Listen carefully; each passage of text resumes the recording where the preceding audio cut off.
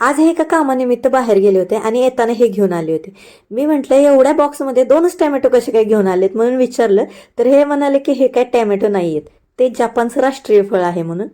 याला purse seine Maugham म्हणतात, म्हणजे मला काही उच्चार पण नीट करता आले नाही. अमरफल पण म्हणतात आणि ह्याची झाडं अशी असतात. हे उत्तर भारतामध्ये पण येतं बरं का. आणि आता हे कट करताना ना असं ऍपल सारखंच वाटत होतं, पण टेस्टला ऍपल पेक्षा गोड, एकदम मधासारखं गोड होतं हे. एक पण बी नव्हता याच्यामध्ये.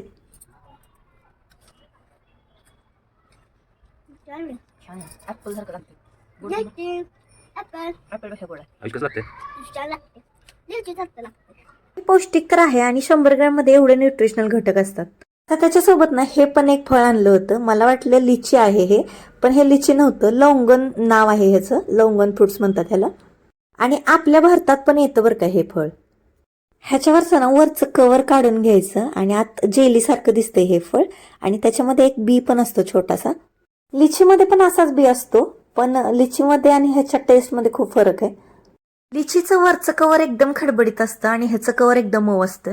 आयुषला आणि मला तर हे फळ खूप आवडलं, एकदम साखरेसारखं गोड होतं. तुम्ही कधी खाल्लंय का, ट्राय केलंय का हे फळ? तर ते कमेंटमध्ये मला नक्की सांगा. व्हिडिओ आवडला तर आपल्या चॅनलला नक्की सबस्क्राईब करा. भेटूया पुढच्या